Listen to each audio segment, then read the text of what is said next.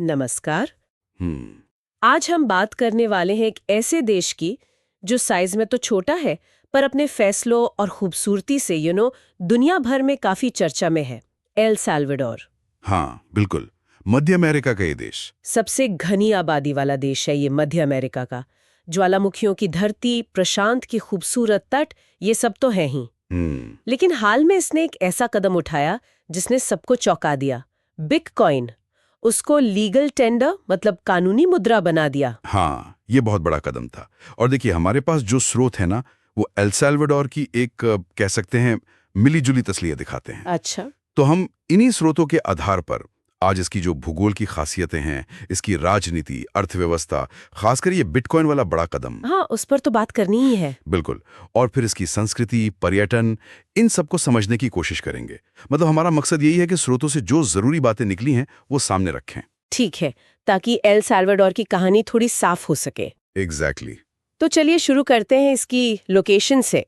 Map पर कहाँ है ये मध्य अमेरिका में और क्या खास है इसकी जमीन में? हाँ, तो ये सेंट्रल अमेरिका के ठीक बीच में है।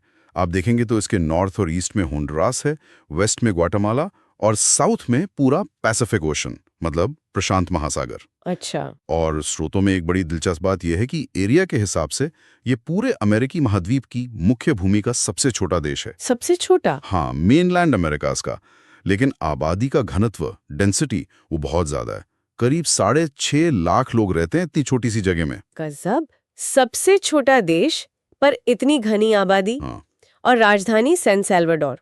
अच्छा, आपने कहा ज्वालामुखी, स्रोतों में इसका काफी जिक्र है। क्या ये वाकई लैंड ऑफ वोल्केनोज है? अरे, इसे ज्वालामुखियों की भूमि कहना बिल्कुल गलत नहीं होगा।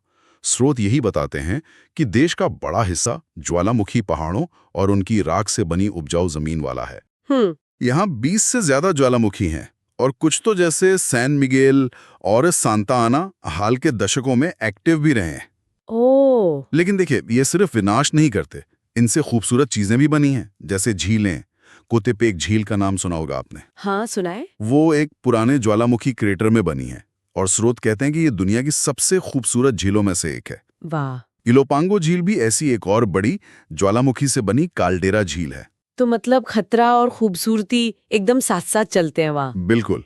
और प्रशांत तट का भी जिक्र है, तो बीच और जंगल वगैरह भी होंगे। हाँ, वो तो होना ही चाहिए। निश्चित रूप से। साउथ में एक लंबी कोस्टलाइन है पैसिफिक की, और वो सिर्फ नज़ारों के लिए नहीं, सर्फिंग के लिए भी बड़ी फेमस हो रही है। उस पर बाद में आएंगे। ठीक है। और हाँ, पहाड़ी इलाकों में, नेशनल पार्क्स में जंगल भी हैं।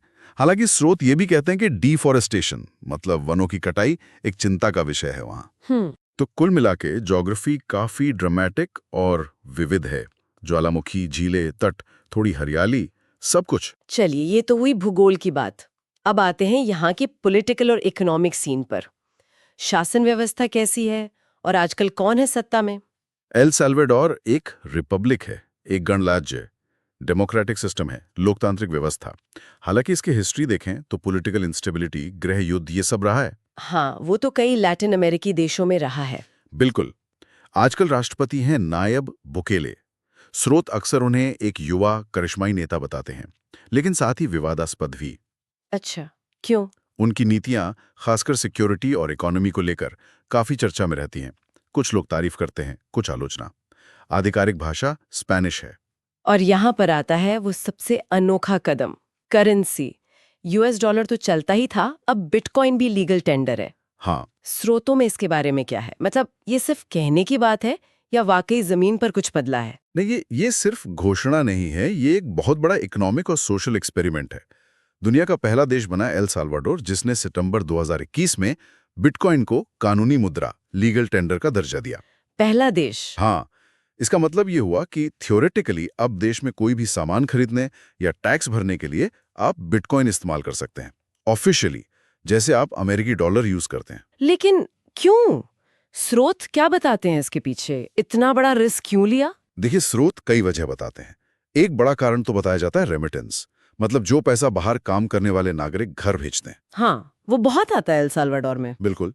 जीडीपी का करीब 20-25% हिस्सा उसी पर निर्भर है, कुछ स्रोतों के हिसाब से। तो पारंपरिक बैंकिंग चैनल से भेजने पर फीस काफी लगती है। बिटकॉइन से वो कम या खत्म हो सकती है। ये एक सोच थी। अच्छा, ये तो लॉजिकल लगता है। और दूसरा, फाइनेंशियल इंक्लूजन मतलब उन लोगों को बैंकिंग सिस्टम से जोड़ना जिनके पास बैंक खाते नहीं हैं पर शायद स्मार्टफोन हो। और तीसरा, देश को टेक्नोलॉजी और इनोवेशन के हब के तौर पर दिखाना, विदेशी निवेश आकर्षित करना, ये भी एक मकसद हो सकता है। ये तो हुए पॉजिटिव पहलू, लेकिन क्या इसमें कुछ दिक्कतें या आलोचनाएं भी हैं? स्रोत कुछ कहते हैं इस बारे में? हाँ, बिल्कुल हैं। स्रोत बताते हैं कि आलोचना भी कम नहीं हुई। सबसे बड़ी चिंता तो बिटकॉइन की वोलेटिलिटी है, मतलब कीमत का बहुत तेजी से ऊपर नीचे होना। हाँ, वो तो है ही। उससे आम लोगों और व्यापारियों के लिए रोज के लेन देन में रिस्क बढ़ जाता है ना। IMF जैसी संस्थाओं ने भी चिंता जताई है और एल साल्वाडोर को लोन देने में भी थोड़ी हिचकिचाहट दिखाई है। और जमीनी हकीकत क्या है? क्या लोग वाकई यूज कर रहे हैं इसे? सरकार ने क्या किया इसे चलाने के लिए? सरकार ने इसे प्रमोट करने के लिए चीवो नाम का एक डिजिटल वॉलेट ऐप लॉन्च किया था और नागरिकों को शुरू में $30 का बिटकॉइन फ्री भी दिया। हाँ हाँ, वो सुना था। लेकिन कई स्रोत बताते हैं कि इसे बड़े पैमाने पर अपनाने में शुरुआती दिक्कतें आई हैं। बहुत से लोग और बिजनेस अभी भी डॉलर को ही प्रेफर करते हैं। या तो टेक्नोलॉजी की समझ कम है या फिर वही वॉलेटिलिटी का डर। कुछ स्रोत ये भी कहते हैं कि बड़े शहरों और युवाओं में इसका चलन थोड़ा ज्यादा है, गांव के इलाकों या पुरानी पीढ़ी में कम। तो ये कहना मुश्किल है कि ये एक्सपेरिमेंट सफल है या असफल, अभी चल रहा है और दुनिया भर के इकोनॉमिस्ट इस पर नजर रखे हुए हैं। तो ये तो हुई बिटकॉइन की कहानी, पर जो पारंपरिक अर्थव्यवस्था है उसका क्या? आपने कृषि का जिक्र किया था शुरू में। हाँ, बिटकॉइन की सारी चमक दमक के बावजूद ट्रेडिशनल इकोनॉमी के जो आधार हैं वो अब भी महत्वपूर्ण है। एग्रीकल्चर, खासकर कॉफी, कपास, गन्ना, ये अभी भी एक्सपोर्ट और रोजगार का एक सोर्स है। एल साल्वाडोर की कॉफी की क्वालिटी तो दुनिया भर में मानी जाती है। अच्छा। इसके अलावा टेक्सटाइल इंडस्ट्री, कपड़ा उद्योग, वो भी इकोनॉमी का एक अहम हिस्सा है। ज्यादातर अमेरिकी बाजार के लिए बनाते हैं। और जैसा हमने पहले कहा, रेमिटेंस, वो तो अर्थव्यवस्था की रीढ़ की हड्डी है ही। तो मतलब इकोनॉमी में एक तरफ पुरानी नींव है तो दूसरी तरफ बिटकॉइन और डिजिटल फ्यूचर की तरफ एक बड़ा दाव लगाया है। बिल्कुल। और पर्यटन का भी जिक्र था, क्या उसे भी बढ़ाया जा रहा है इकोनॉमी को संभालने के लिए? हाँ, ये भी एक तरीका हो सकता है। स्रोत बताते हैं कि सरकार टूरिज्म को काफी पुश दे रही है, खासकर बिटकॉइन अपनाने के बाद। वो देश की नेचुरल ब्यूटी, सर्फिंग और अब ये बिटकॉइन डेस्टिनेशन वाली इमेज, इन सब को भुनाने की कोशिश कर रहे हैं। इकोनॉमी को डाइवर्सिफाई करने का एक प्रयास कह सकते हैं। चलिए अब जरा एल साल्वाडोर की संस्कृति और समाज पर आते हैं।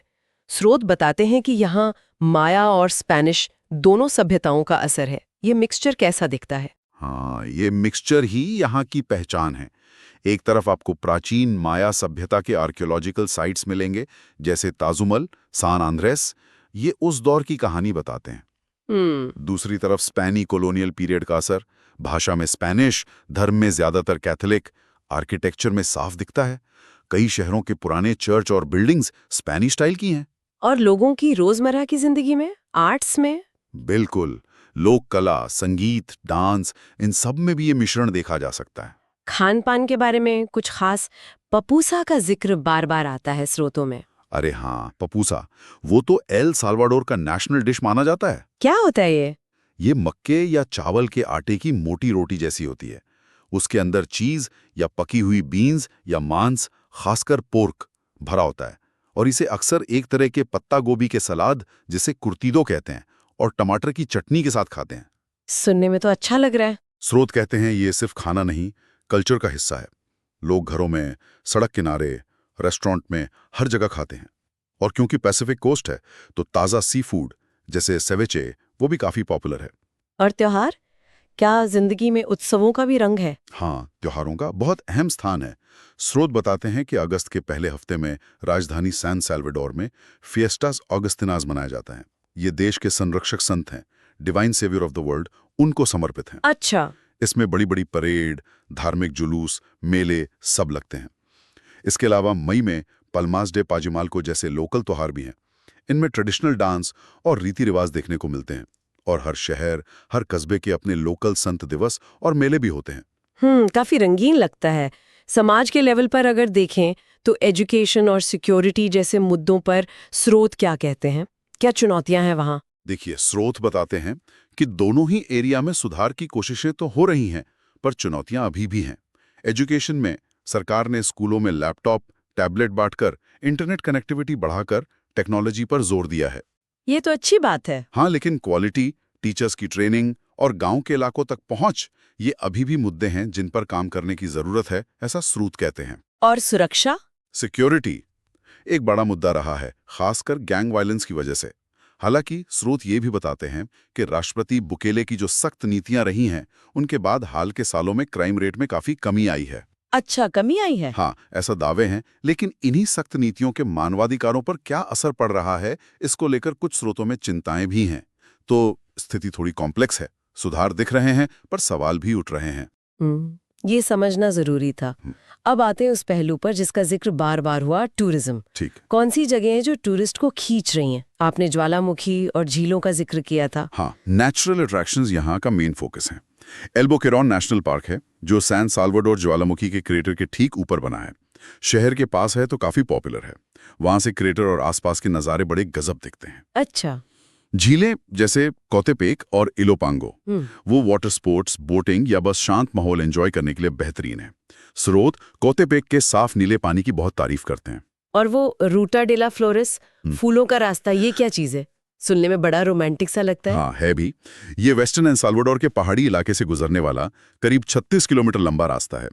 ये कई छोटे खूबसूरत रंगीन कॉलोनियल कस्बों को जोड़ता है, जैसे नाहोजाल को, सालक्वा तितलाकुन अता को। फूलों का रास्ता क्यों कहते हैं? इसलिए क्योंकि साल के कुछ महीनों में यहाँ रास्ते के किनारे जंगली फूल खिले होते हैं, और ये पूरा इलाका कॉफी के बागानों और फूलों की खेती के लिए फेमस है। वाह!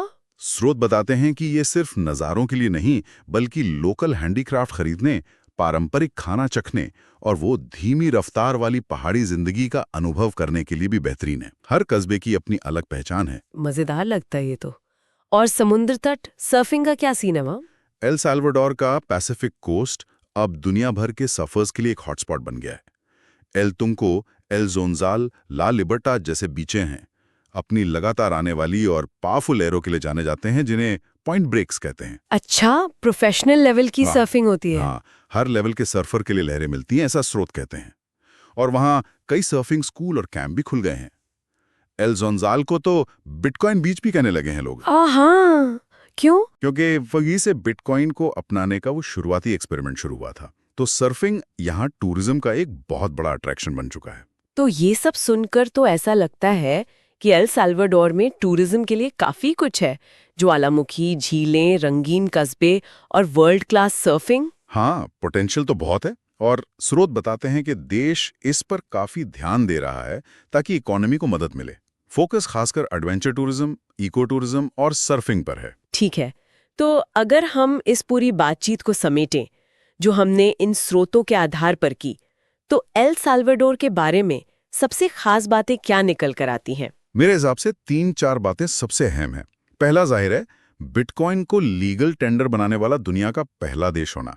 ये एक बोल्ड, कंट्रोवर्शियल और अभी भी चल रहा एक्सपेरिमेंट है, जिसने इसे ग्लोबल स्टेज पर ला दिया है। सही। दूसरा, इसकी जो जबरदस्त नेचुरल ब्यूटी है, एक्टिव ज्वालामुखी, शांत झीलें और वर्ल्ड क्लास सर्फिंग वाले पैसिफिक बीचेस। बिल्कुल। तीसरा, इसकी कल्चर, जो प्राचीन माया विरासत और स्पेनी औपनिवेशिक असर का एक अनोखा मिक्सचर है, जो खाने से लेकर त्योहारों तक हर जगह दिखता है। हाँ, पपूसा तो याद रहेगा। और चौथा, एक युवा लीडरशिप के अंडर तेजी से बदलता हुआ पॉलिटिकल और सोशल माहौल, जिसमें सुरक्षा में सुधार के दावे भी हैं और साथ ही मानवाधिकारों पर सवाल भी। बिल्कुल सही कहा आपने। ये छोटा सा देश वाकई कई परतों वाला है। एक तरफ इतनी गहरी जड़ें हैं, पारंपरिक खेती है, माया इतिहास है, तो दूसरी तरफ बिटकॉइन जैसी एकदम नई डिजिटल टेक्नोलॉजी को अपनाने का इतना बड़ा कदम। ये कॉन्ट्रास्ट ही शायद इसे इतना इंटरेस्टिंग बनाता है। निश्चित रूप से। और स्रोत यही दिखाते हैं कि ये देश एक तरह के चौराहे पर खड़ा है, जहां अतीत और भविष्य की ताकतें एक साथ काम कर रही हैं। ये देखना दिलचस्प होगा कि आने वाले समय में ये बैलेंस कैसे बनता है। तो ये थी एल साल्वाडोर पर हमारी आज की गहरी पड़ताल, जो हमें स्रोतों से मिली जानकारी के आधार पर इस छोटे लेकिन बहुत महत्वपूर्ण मध्य अमेरिकी देश के कई पहलुओं से रूबरू कराती है।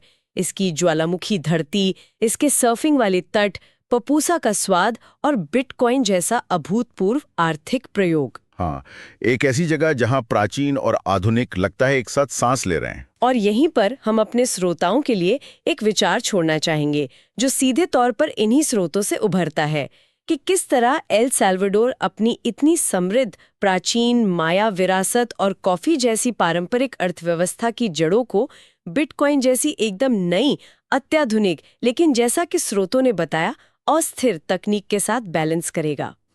ये बड़ा सवाल है। भविष्य में इस अनूठे तालमेल को बनाए रखने या बढ़ाने के क्या अवसर हो सकते हैं और किन चुनौतियों का सामना करना पड़ सकता है, इस पर जरूर सोचिएगा।